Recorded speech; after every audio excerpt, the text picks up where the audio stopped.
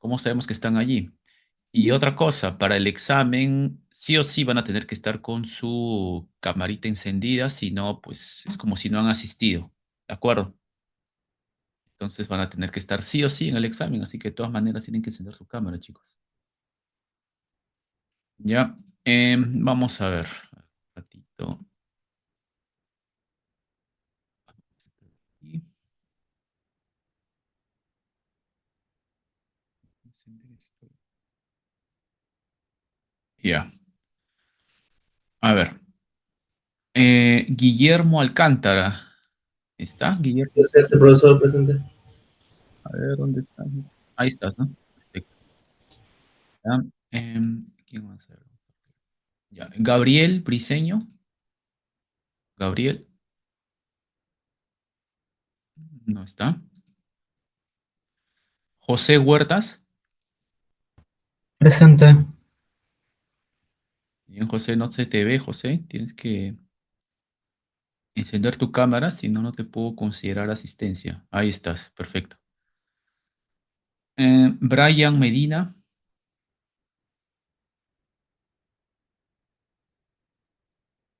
Igual, Brian, por favor. Ya, perfecto. Julio Mendoza. Presente, profesor. Julio, ahí estás. Bien, perfecto. Anthony Oré. Anthony, no está, ¿no? Ya. Josué Palomino, tampoco. Omar Pari. Omar Pari, tampoco, ¿no? ¿Qué pasó? No han venido. Stephanie Pasquel. Presente, profesor. Ahí está, ¿no? Ya, perfecto. Luis Pongo. Presente, profesor. Luis, ahí estás. Bien. Edgar Quispe. Presente, Edgar profe. Quispe. Presente, profe. A ver, ¿dónde estás? Ahí estás, perfecto. Presente. Klesner. Ahí estás, ¿no? Presente, ingeniero. Ujú. Steven Tafur. Steven Tafur. No está. Rodrigo Segarra. Presente, profesor. Ahí está, perfecto. Ya, listo, chicos. ¿Alguien que no llame?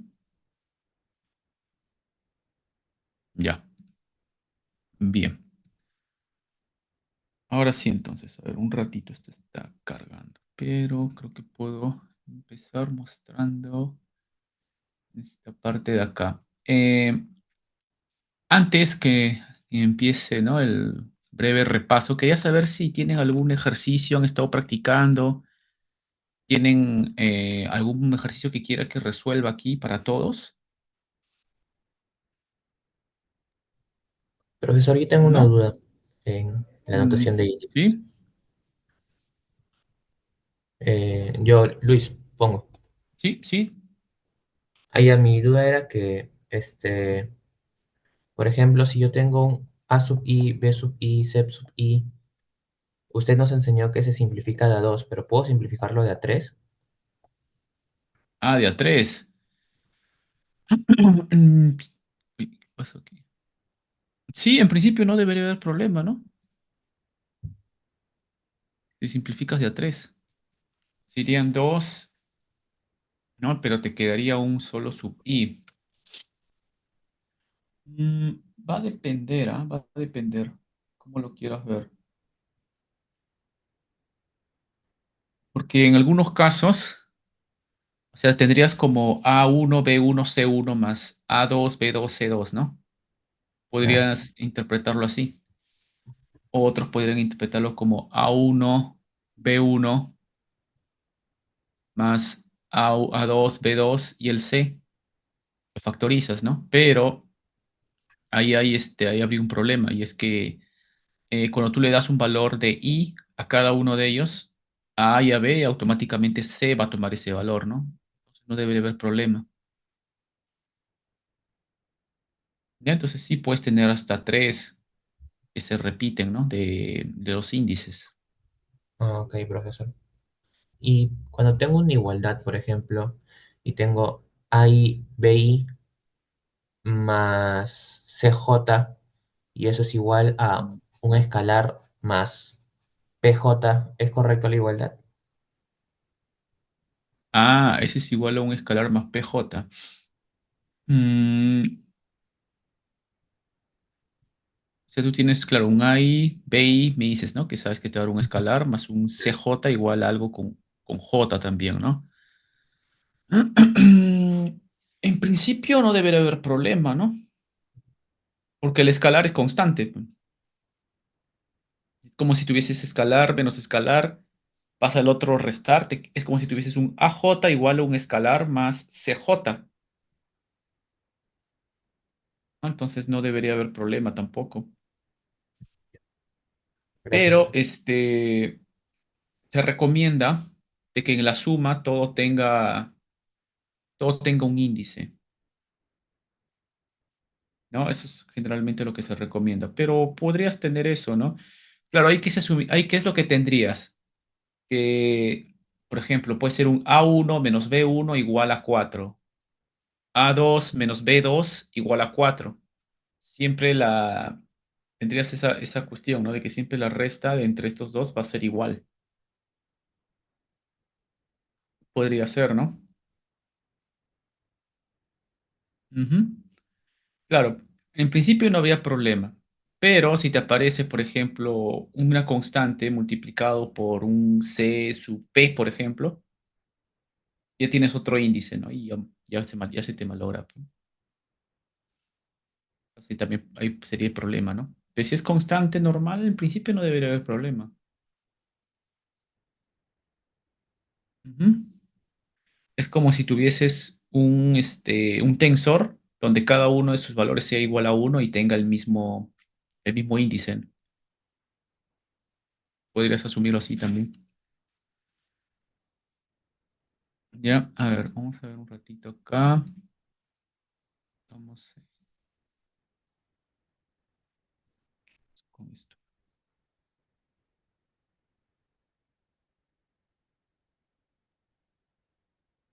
Enciende.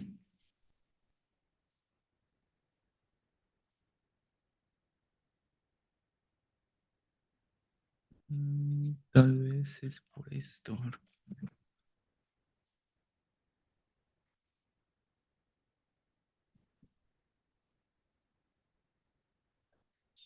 Acá.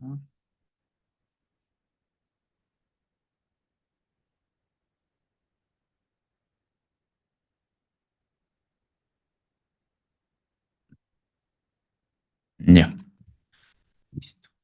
Entonces ahora sí vamos a compartir.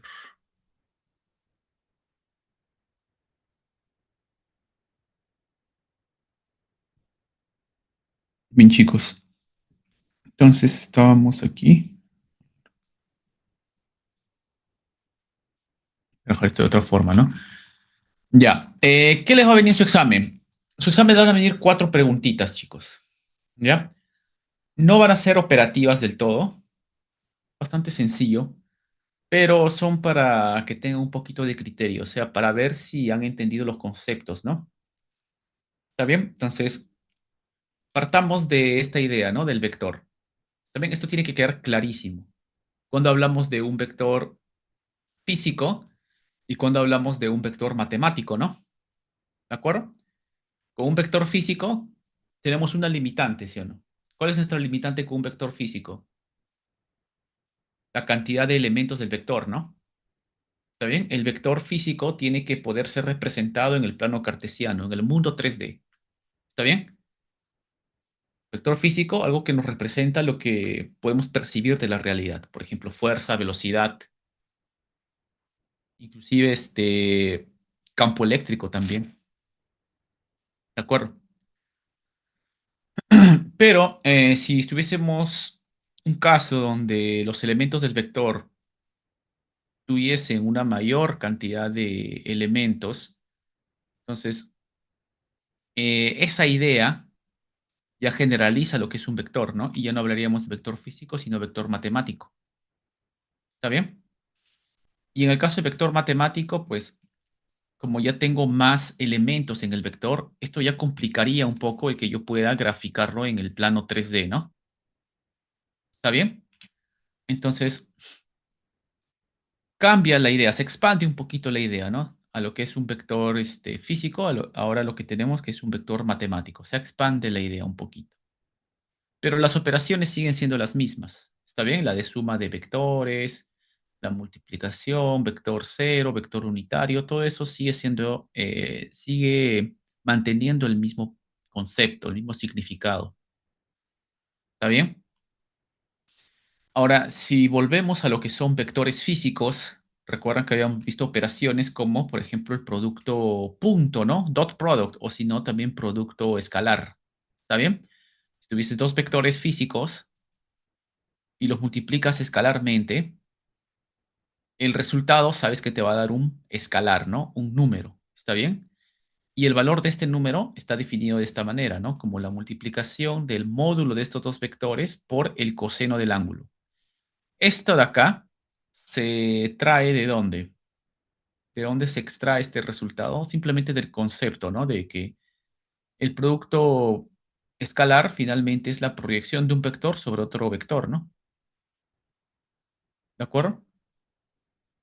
Por ejemplo, el vector A para que se proyecte sobre el vector B, ¿qué es lo que trazas? Algo así como la sombra, podríamos decir, ¿no? Pero trazas una altura y tienes la componente que es paralela al otro vector. Entonces tienes A coseno por B, ambos vectores paralelas, ¿no? Y como estás multiplicando, multiplicas ambos valores, ¿no? De los vectores, ambos módulos. Y eso es lo que tienes aquí. ¿Está bien? Pero ojo, les vuelvo a mencionar, esto de acá corresponde o se deduce, ¿no? Se deduce tomando en cuenta que A y B son vectores físicos. O sea, son flechas, ¿de acuerdo? Flechitas con dirección. ¿Está bien? Estamos partiendo de eso. Luego vimos lo que es la definición del producto vectorial, ¿no? ¿De acuerdo? Entonces, el producto vectorial igual, lo que tú vas a hacer es multiplicar los módulos de ambos vectores. ¿Está bien?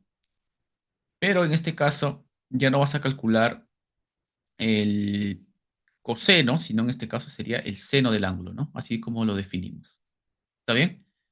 Y esto está deducido a partir de que uno asume que ambos vectores nuevamente son vectores físicos, porque se pueden dibujar como flechitas en el plano cartesiano. Entonces ahí tú aplicas tu regla de la mano derecha y tienes el vector unitario, ¿está bien? El vector unitario del producto vectorial de ambos vectores.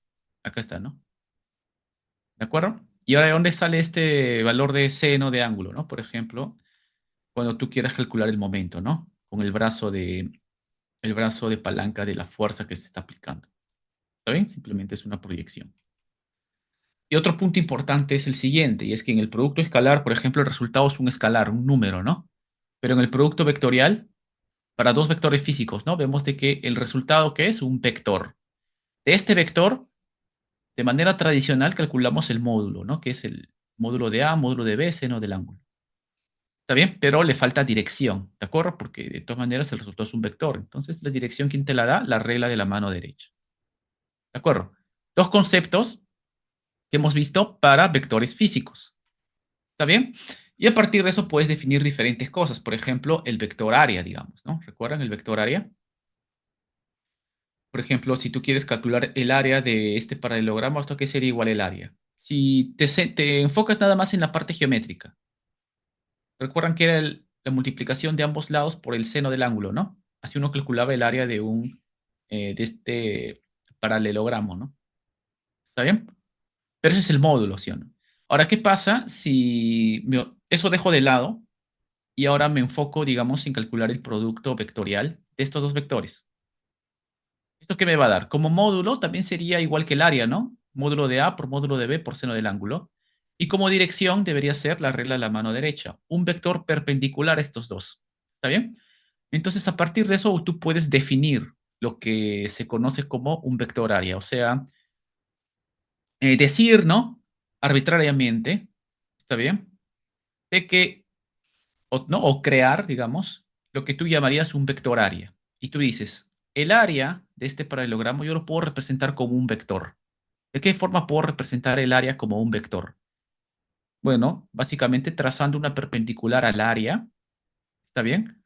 Entonces entiendes de que el vector unitario de esa perpendicular, pues va a coincidir con el vector unitario del producto vectorial, ¿no? Y el módulo de este vector área, obviamente, tiene que ser el valor del área, ¿no? ¿Está bien? Y eso lo aplicamos en un ejercicio, ¿no? Por ejemplo, el ejercicio 5, ¿de acuerdo? Donde pudimos calcular lo que es el caudal, ¿no? ¿Está bien?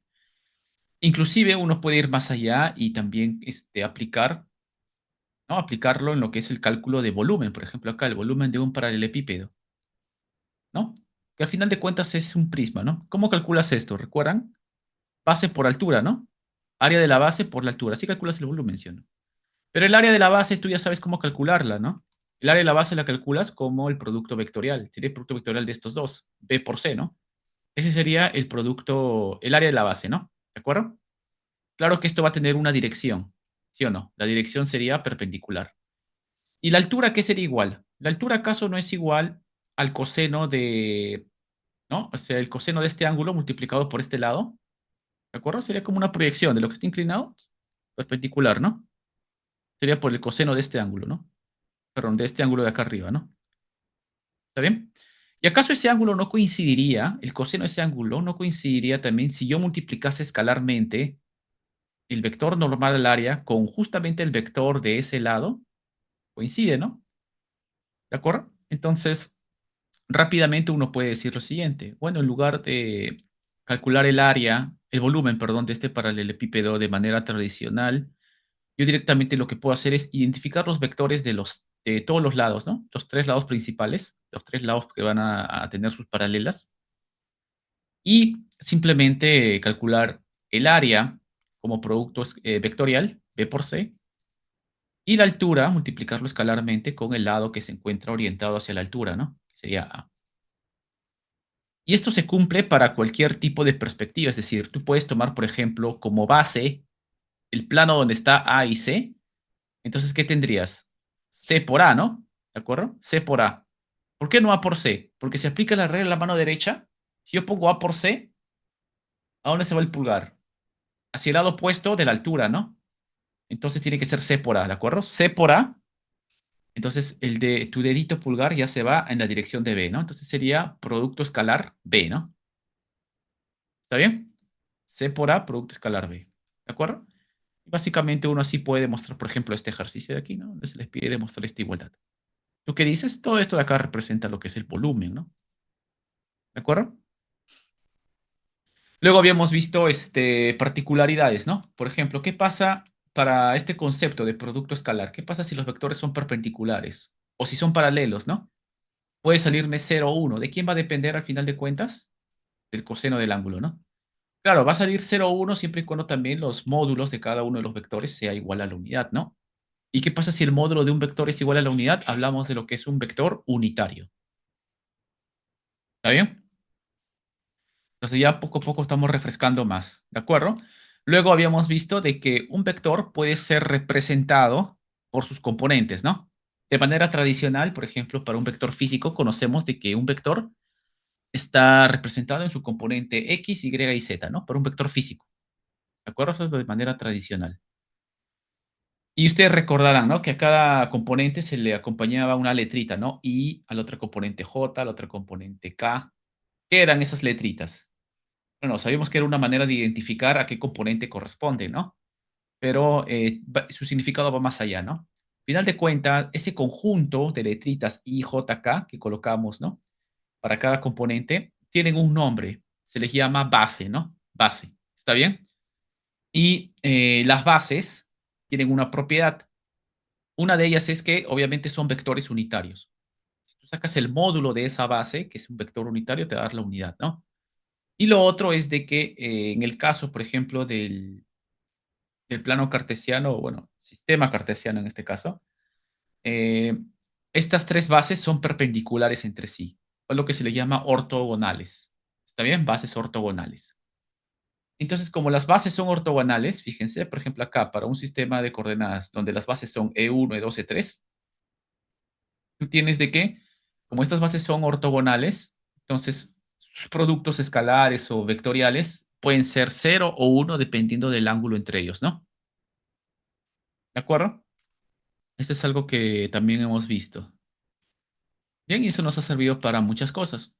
Una vez que logramos ya entender lo que son las componentes, lo que son las bases, habíamos visto de que tal vez se hace un poco complicado darle esta manera de expresión a un vector, digamos, ¿no? Por ejemplo, este vector lo voy a expresar en términos de sus componentes. Podría ser una sumatoria de componentes donde a cada componente se le acompaña una base, ¿no? Pero ¿qué pasa si tienes muchas bases? Por lo tanto, muchos componentes. Muy complicado porque tendrías que escribir todas. Entonces, una manera de abreviar todo esto es usando la notación tensorial. ¿Está bien? La notación tensorial. Por ejemplo, aquí, ¿no? Esta sumatoria de componentes lo podemos agrupar como una sumatoria, ¿de acuerdo? Que depende de los índices, E I. En este caso, I nada más. ¿Está bien? Usamos el mismo índice porque a cada componente 1 le corresponde la base 1, ¿no? Cada componente 2, la base 2. ¿Está bien? Entonces, esta es la notación tensorial o notación de Einstein. Bien, y ahora Einstein dijo, voy a ir más allá y voy a simplificar esto un poquito más. ¿Qué hago? Le quito el símbolo de sumatoria. Finalmente te queda esto. ¿Está bien? Lo que dijo el señor Einstein, ¿no? Ahora, a este índice, ¿no? Lo podemos trabajar como índice, lo llaman dummy index también, ¿no? Dummy index. ¿Bien? Esta es una convención de sumatoria cuando tienes dos iguales, ¿bien? 3 o 5. ¿De acuerdo? Entonces, básicamente sería eso, chicos. Luego, como ya tienes la representación tensorial, tú puedes aplicar esa representación tensorial también para ver, ¿no? ¿Qué resultado te daría una operación de vectores? ¿Está bien? Como esto de acá ya es más general, esto me sirve para no solamente representar vectores físicos, sino vectores matemáticos, ¿no? Porque es una sumatoria, aquí te dice hasta 3, pero puede ser hasta 5 o hasta 10. Entonces ya tienes más componentes, no solamente 3. Por lo tanto, ya estás con un vector matemático, ¿no? ¿Está bien? Estás trabajando con vector matemático. Y esto te conviene entonces. Por lo tanto, ahora ya tú representas tu vector no como un corchetito con numeritos, sino directamente de esta forma, ¿no? Donde aquí tienes cada componente y cada base. ¿Está bien? Ahora, en función de esta nueva expresión, tú puedes calcular las operaciones que hay entre vectores, por ejemplo, el producto escalar. ¿Está bien? Si tú reemplazabas A y B, ¿no? Con la notación tensorial, finalmente, ¿qué te quedaba? La multiplicación de ambos con el mismo índice, ¿no? ¿Está bien? ¿De dónde sale esto? Fácilmente. De la operación de producto escalar entre bases. ¿Está bien? E I, E J. ¿De acuerdo? Entonces, esto de acá te puede dar muchas posibilidades. ¿Dónde están esas posibilidades? Acá, pues, ¿no? Acá tienes todos los casos. ¿Está bien? Entonces, una forma de abreviar esto es usando un cambio de variable, al cual se le da un nombre, ¿no? Que es la delta de Kronecker. ¿De acuerdo? Delta de Kronecker IJ. Y si ustedes se dan cuenta, cuando los índices son iguales, te va a dar 1, ¿no? Porque sería por coseno de 0. Y cuando son diferentes, te da 0 porque sería por coseno de coseno de 90 grados, ¿no? ¿Está bien? Básicamente era eso. Ahora, para el producto vectorial, igual, ¿no? Para el producto vectorial, ¿qué es lo que teníamos? De todas maneras, tú reemplazas A, reemplazas B por su forma tensorial, haces la operación que te queda. Este sería el módulo. Y esto de acá sería, ¿qué cosa? El producto, perdón, este sería el valor de las componentes, ¿no? Y esto de acá sería el producto vectorial de las bases, ¿no? E I, E, J. ¿Esto qué te puede dar? Te puede dar más K o te puede dar menos K, ¿no? O más E I sub K o menos E sub K, ¿no? ¿De acuerdo? Entonces, en algunos casos te puede dar positivo, negativo o inclusive cero. ¿Está bien? ¿Quién va a incluir esos valores? Una nueva constante, a la cual llamamos Levi-Civita. ¿Está bien? Que de, eh, va a depender del orden, ¿no? Del orden que tiene los índices I, J y K. Porque recuerden que EI por EJ es diferente a EJ por EI, ¿no? Entonces, aquí el orden importa. Bien, entonces, este epsilon, finalmente, aquí va a ser igual. Puede ser 0, 1, -1, dependiendo de cómo permutas los índices. ¿Está bien? Dependiendo de cómo haces la permutación. ¿De acuerdo? Entonces, estamos diciendo de que esto de acá es igual a esto de acá, ¿no?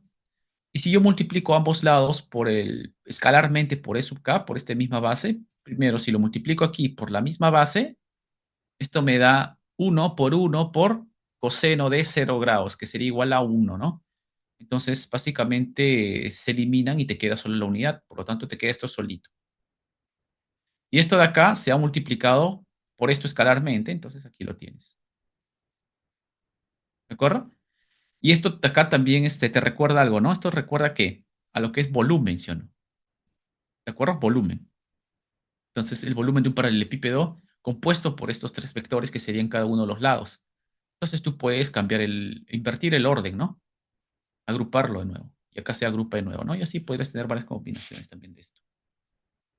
¿Está bien? Eso es clave entonces, chicos, ¿de acuerdo? Entonces se dan cuenta de que de esta manera esto es programable, ¿de acuerdo? Ustedes pueden hacer un pequeño código que pueda calcular el producto vectorial. ¿De qué dependería esto? De los índices nada más, ¿no? Cuando I y J toman ciertos valores, cierto orden acá, ¿no? I y J, con J, por ejemplo, no son sucesivos de izquierda a derecha, sino de derecha a izquierda, ya le darías -1, ¿no? O si no, al revés, les darías 1. Y si se repite en algunos casos, cualquiera de estos tres le da 0, ¿no? Todo esto favorece mucho a la programación.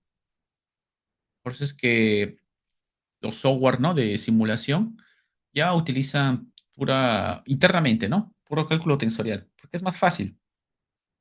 ¿Saben? Es muchísimo más fácil porque aquí trabajas con puros índices. Ya no necesitas hacer esto, por ejemplo, para poder calcular el producto vectorial de dos vectores. No necesitas sacar determinante. Fácilmente puedes resolver esto. O al revés, si alguien te pide calcular la determinante de una matriz, básicamente le das forma vectorial y lo resuelves de esta manera. ¿Está bien? Luego vimos justo lo que estaba preguntando su compañero, ¿no? Respecto de los índices, ¿no? ¿De acuerdo? Recuerden que finalmente nos tiene que quedar el mismo índice a la izquierda que a la derecha. ¿Está bien? El mismo índice nos tiene que quedar a la izquierda que a la derecha. No pueden ser diferentes. O sea, pueden ser diferentes, ¿no? Pero ya tu expresión estaría mal dada, ¿no? Tendrías que revisar bien. ¿De acuerdo? Porque si no, todo se hace un caos. Al final uno interpreta una cosa, otro interpreta otra cosa, ¿no? Eso es un problema. Por eso es que tiene que seguir la convención. Bien. Entonces, básicamente es eso. Y teníamos también lo que es la identidad, ¿no? Esta pequeña identidad para poder obtener la operación de la multiplicación de dos levisivitas que se les repite un índice, ¿no? Igualito. ¿Está bien? Luego vimos algunos ejercicios. Uno de sus compañeros también había hecho la tarea como ejercicio, ¿no? ¿De acuerdo? ¿Y cuál es el procedimiento para estos ejercicios? Básicamente, a cada uno le das una forma tensorial, ¿no? Cada uno, forma tensorial. ¿Está bien? Forma tensorial a cada tensor. Y luego simplemente agrupas convenientemente, considerando los índices, y obtienes las nuevas formas, ¿no? ¿De acuerdo? Casi siempre lo que se busca, como te dicen, simplificar es deshacerte de esto, deshacerte del producto vectorial. ¿Por qué? Porque computacionalmente, si ustedes se dan cuenta, ¿a mí qué me conviene computacionalmente? Operar un tensor que tenga muchos índices o menos índices. Se dan cuenta que cada índice yo tengo que iterarlo, ¿no? Si yo quiero programar esto, cada índice tengo que iterarlo. O sea, repetir la operación. Entonces, a mí me conviene hacer la menor cantidad de iteraciones posibles, así ¿no? De manera global, mi costo computacional ya no es tan alto, ¿no? ¿De acuerdo? La computadora ya se demora menos si trabajo con menos iteraciones, es decir, menos índices. ¿Está bien? Entonces, a mí siempre me va a convenir tener o estar lleno de este tipo de operaciones, ¿no? Que son productos escalares, a tener productos vectoriales. ¿Está bien? Con productos vectoriales se dan cuenta que voy a tener que hacer más iteraciones. Entonces, me hace que el costo computacional de mi software aumente. ¿Está bien? Por eso, a manera de ejercicio, siempre se les pide simplificar y ustedes lo que tienen que hacer es deshacerse de esto, pues, ¿no? Deshacerse de esto, de este producto vectorial. ¿De acuerdo? Entonces habíamos hecho, creo, estos dos ejercicios, ¿no? El 4 y el 5. Bien. Y luego vimos lo que son tensores de segundo orden. Esto es importantísimo, muchachos, porque aquí ya empezamos a hablar de, de una nueva operación entre bases. Recuerden, las bases, ¿qué se pueden hacer? Pueden multiplicarse escalarmente, pueden multiplicarse vectorialmente y también pueden multiplicarse con un producto diádico. ¿De acuerdo? ¿Y qué era el producto diádico? Básicamente era un producto que te restringe la posición de las bases. Te dice que esta base va a estar a la izquierda de esta base. Esta base a la izquierda de esta base. Como que los pega, ¿no? Los pega y ahí se van a quedar siempre así, como dos. A menos que por acá a la izquierda o a la derecha haya otro tipo de operación. Entonces ahí sí lo tomas. ¿Por qué? Porque el producto diádico no tiene una jerarquía tan alta.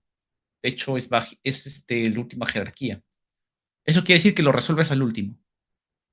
¿Recuerdan? En operaciones combinadas, tú resuelves primero las corchetes, las llaves, potencias, multiplicación, y así vas bajando, ¿no? La jerarquía. Y el último está, pues, ¿quién? La suma o la resta, ¿no? Eh, igualito acá, ¿no? ¿De acuerdo? Igualito acá.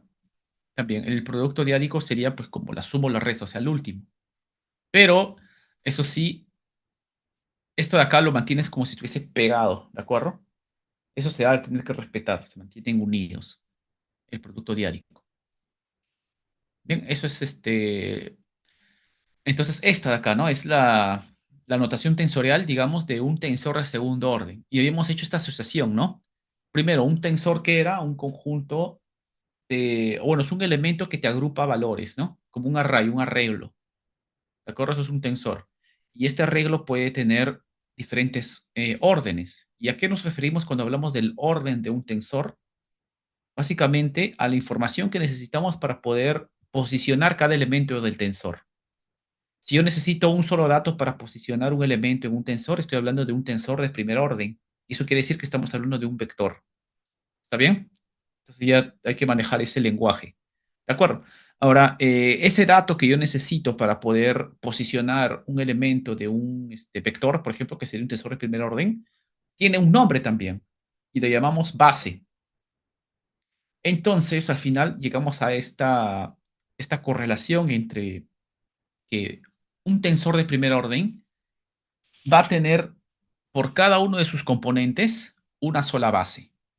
Un tensor de segundo orden, por cada una de sus componentes va a tener dos bases unidas por un producto diádico.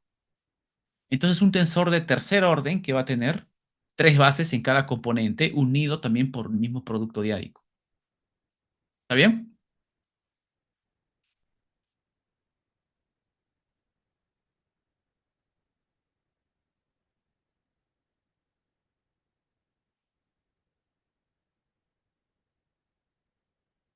De, de más adelante,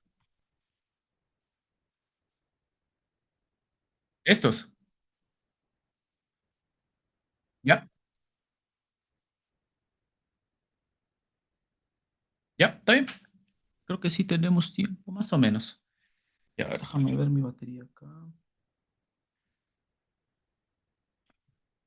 Sí lo hacemos, creo. Ya, bueno, por lo menos hemos cubierto la parte importante, que era lo conceptual. Su examen va a estar más orientado a lo conceptual, chicos. Sí les va a venir un ejercicio para simplificar, pero va a ser uno. ¿Ya? Va a ser uno nada más. Los otros son más fáciles, por así decirlo, pero un poquito más para recordar los conceptos, ¿no? ¿Está bien? Entonces, ahora vamos a ver este ejercicio. Dice que ahí se puede ver bien, ¿no? Vamos a ponerle otra. Ahí está. Tienes el vector A, producto. Ahí está, ¿no? Ya. Esto nos tiene que salir lo que se encuentra a la derecha. ¿Qué hacemos primero? Cada uno, expresión tensorial, ¿no? Entonces acá tendrías A, I, E, I. ¿Acá qué colocaríamos? Puedes colocar un EJ derivada parcial respecto de XJ por el A. Aquí le podríamos poner A sub K y aquí E sub K. ¿Está bien? Vamos a trabajar así. Ya. ¿Qué más? ¿Qué más podemos hacer acá? A ver si estaba así, así, ya. Entonces, aquí yo puedo agrupar esto, ¿no? Y ponerlo hacia la izquierda, ¿no? Entonces, acá tendrías A por I, y acá deberíamos tener derivada parcial de A sub K respecto de XJ. ¿Está bien? ¿Y acá qué tenemos? Acá tenemos EI por EJ, ¿no? Por E sub K. ¿Está bien? Vamos a tener esto. Vamos a ponerlo bien. Tenemos eso, ¿de acuerdo? Ahora, vamos a ver. Aquí esto qué me puede dar. EJ por EK. ¿Mm? ¿Qué me puede dar aquí? Sería, ¿no? Levi Civita JKL, por ejemplo, ¿no? Y acá puedes poner, o M, ¿no? Le ponemos M. E sub M. ¿Está bien? Y acá tendrías por E sub I. Ya está. Ahora operamos esto. ¿Qué me va a dar esto? Puedes ponerle Levi Civita y M, N, E sub N. ¿Está bien? Y MN E sub N, ¿no? Ya. A ver, ¿qué más tenemos acá? Ya. Agrupamos nuevamente todo. Vamos a tener aquí A sub I, derivada parcial A sub K por derivada respecto de XJ, por, finalmente nos queda E sub I MN, Levisivita JKM, y un E sub N. ¿Está bien? De acuerdo, JKM y MN. Ya. ¿Esto qué es? Identidad, ¿sí o no? ¿Está bien? ¿Cómo se resolvía esto? Tendrías aquí deltas de Kronecker menos deltas de Kronecker, ¿no? Pero ahora trabajamos con los índices. Primero hay que alinear bien los índices, ¿no? Entonces, este I yo lo puedo mover hacia adelante. ¿Qué voy a tener? Voy a tener un epsilon MNI. Y aquí este M lo muevo hacia atrás. Entonces, ¿qué tengo aquí? Epsilon MJK. ¿Está bien? Entonces, ¿quién está en común aquí? M. ¿De acuerdo? Común está M. Entonces, ¿qué tendríamos aquí? NJ, ¿por? Recuerdan que siempre con el que se le encuentra, y K. Y acá también sería NI, pero intercambiamos los otros índices, ¿no? K y J. Luego aquí tenemos E sub N, ¿no? Y acá tienes A sub I, derivada parcial, A sub K respecto de XJ. ¿Está bien? Vamos a tener esto. Ya. ¿Qué más podemos sacar de acá? Operación distributiva, ¿no? Repetimos todo para ambos lados. ¿Qué nos quedaría? Nos quedaría A sub I, derivada parcial A sub K respecto de XJ, delta de Kronecker, NJ, delta de Kronecker I sub K, E sub N, ¿no? Menos A sub I, delta A sub K, perdón, A sub K, ¿no? Bueno, también es delta, ya. J, y luego que nos queda aquí delta de Kronecker N sub K, y J, y también EN. ¿De acuerdo? Hasta aquí estamos todos, ¿no? No hay ningún problema. Y ahora nos deshacemos de los delta de Kronecker, ¿no? Por ejemplo, yo podría hacer A ver, ¿qué podríamos sacar de acá? Tenemos el K y el J. Ya. Esto de aquí, ¿no? ¿Está bien? Se va el J, nos queda N. Entonces aquí te va a quedar derivada parcial de A sub K respecto de X sub N. ¿De acuerdo? Y esto de acá también lo operamos, ¿no? Se va la I y que te queda A sub K. ¿Está bien? Entonces, ¿qué nos queda aquí? Nos queda A sub K por derivada parcial de A sub K respecto de XN E sub N. ¿Está bien? Menos, aquí, ¿qué nos va a quedar? Vamos a ver. Aquí nos quedaría. Estamos. Ya. Podremos operar también estos dos de acá. ¿Está bien? Podríamos operar estos dos de ahí. Y se va el K, por ejemplo, y te queda derivada parcial de A sub N respecto de XJ. Y operamos esto, ¿no? ¿Quién se va? El I que te queda A sub J. Entonces aquí nos quedaría menos A sub J por derivada parcial de A sub N respecto de XJ E sub N, ¿no? ¿Está bien? Nos quedaría algo como eso. De acuerdo. Ya. ¿Qué más podríamos sacar de acá, no? Es cuestión de agrupar, ¿no? ¿De acuerdo? Entonces, veamos. Aquí tenemos azúcar, después el N, muy bien, muy bien. Ya, ya. Aquí hay una cosa, ¿no? Y es que podría hacerse de esa manera. A ver un ratito.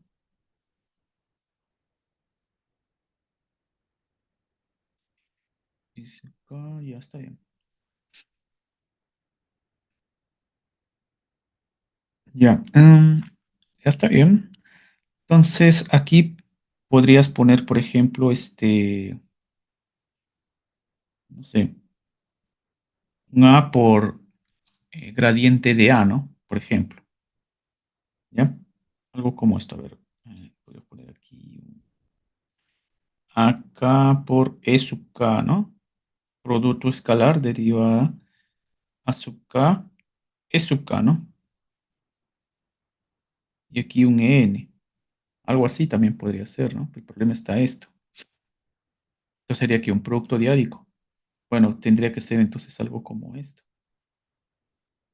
¿no? Entonces ahí está un problema. No podría entrar así, pero yo creo que lo que sí puedes hacer es lo siguiente. Lo que pueden hacer es lo siguiente. Justamente tenemos aquí a sub. Podríamos hacer esto, fíjense. Podríamos poner a sub k.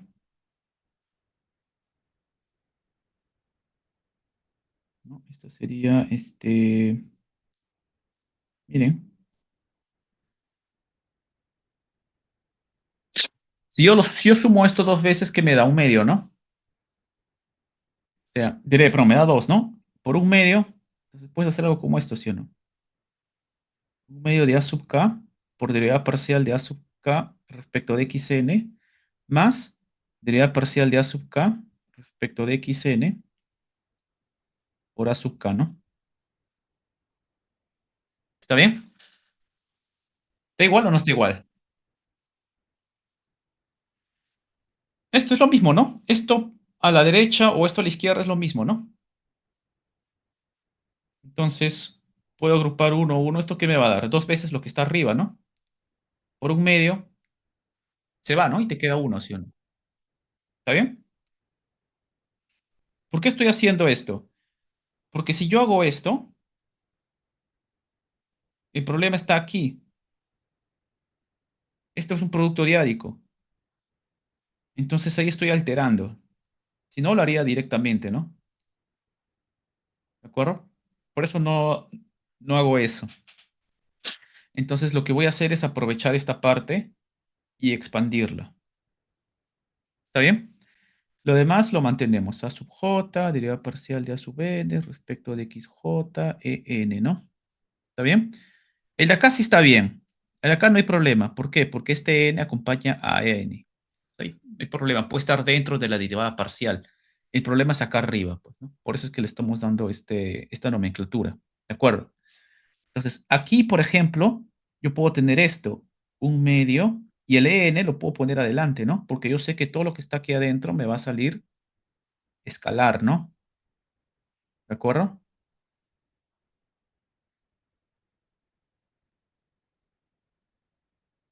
Bien. ¿Qué más? ¿Esto qué sería? Derivada parcial respecto de xn de quién? De acá por acá, ¿no? ¿Estamos? Tienes aquí n, un medio. Luego aquí, esto lo mantenemos, ¿ya? A j, derivada parcial de a sub n respecto de xj e sub e. ¿Está bien? Y ya está, ¿no? Ahora está muchísimo más sencillo, ¿sí o no? ¿De acuerdo? Ok, vamos a ponerle derivada parcial de a sub n e sub n respecto de xj. Ahora sí, ¿sí o no? Por ejemplo, aquí esto yo puedo agruparlo como un medio de quién?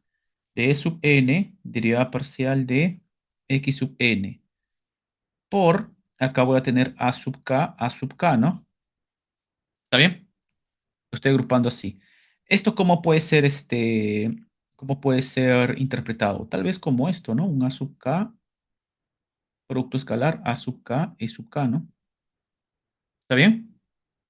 Menos, aquí, igualito, aquí yo puedo colocar un a sub j, y aquí un e sub j, producto escalar e sub j, y acá la derivada parcial respecto de xj, y llenas lo que está aquí, ¿no? ¿Está bien? Ahora sí, ¿sí o no? Entonces, ¿esto qué es? Operador del medio. ¿Esto qué es? A por A, ¿no? Menos, ¿esto qué es? Esto es A. ¿Esto qué es? Operador del, ¿de acuerdo? ¿Y esto qué es? A, ¿no? Bueno, pues ponerlo así tal vez. Ahí está, ¿no? ¿Está bien, chicos? Entonces, ¿dónde está la cosa? Aquí, ¿no? Punto clave. Este es el punto clave, el paso clave. ¿Está bien? ¿Está claro entonces cómo hemos hecho esta expansión? Bien. No sé si tiene alguna pregunta, consulta, chicos. Está claro, ¿no? Ya, más difícil de esto no les va a venir, como les digo. El ejercicio no, los problemas no van a ser tanto de este estilo, bueno, uno nomás. Los demás son más conceptuales, ¿no? Entonces, si está bien claro lo que es un tensor, lo que es un tensor de segundo grado, cómo es la operación de la jerarquía entre diádicos, operador punto, operador cruz, no van a tener ningún problema. ¿Está bien? Ya. Entonces, chicos, a ver, creo que hay preguntas acá. Sí, ya me lista. A ver, Omar, vamos a, vamos a considerarte de nuevo, ¿ya? A ver. Ya. A ver qué ha pasado aquí.